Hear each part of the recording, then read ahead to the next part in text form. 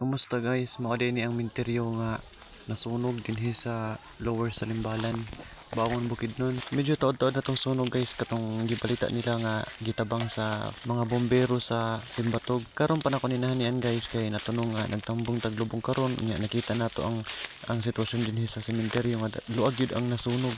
Og napagani uban mga lubong guys nga dugay-dugay na nga dili wala na duaw niya na apil pud kasunog. Daghan ang mga punuan sa kawayan nga nasunog pod. Daghan gyud ang mga pansyon nga nalibutan sa kalayo ato nga panahon. Busa sa mga igsoon dara inihina lang gid ta sa paglapog niya. Bantayan po nato atong mga kandila nga dili matumba bisag asa kay aron dili makakusog sunog. Delikado kaayo mga guys kung labi na kung naay mga balay duol kay kusog kaayo musigan ng mga dahon sa kawayan.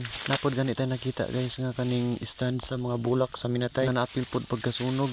Sayang pod ang mga gihaguan sa mga tao, apil ang mga tarpaulin nga nasunog. Ug pinakasubo pod guys kay apil ang lubong sa akong manghod nga naapektuhan pod sa sunog. Ang iyahang tarpaulin nasunog gyud kay atong panahon sa kalayo kusog man ang hangin. Katunga ra sa portion sa sementeryo guys, katong naay mga kawayanan ang nasunog gyud gikan sa ibabaw ang kalayo ug paingon sa ubos. May gani kay nadala ra pod sa ato ang mga bombero ug napalong ra ang kalayo pero subog gyud palandungon nga naapil pod ang tarpaulin sa akong manghod pagkasunog.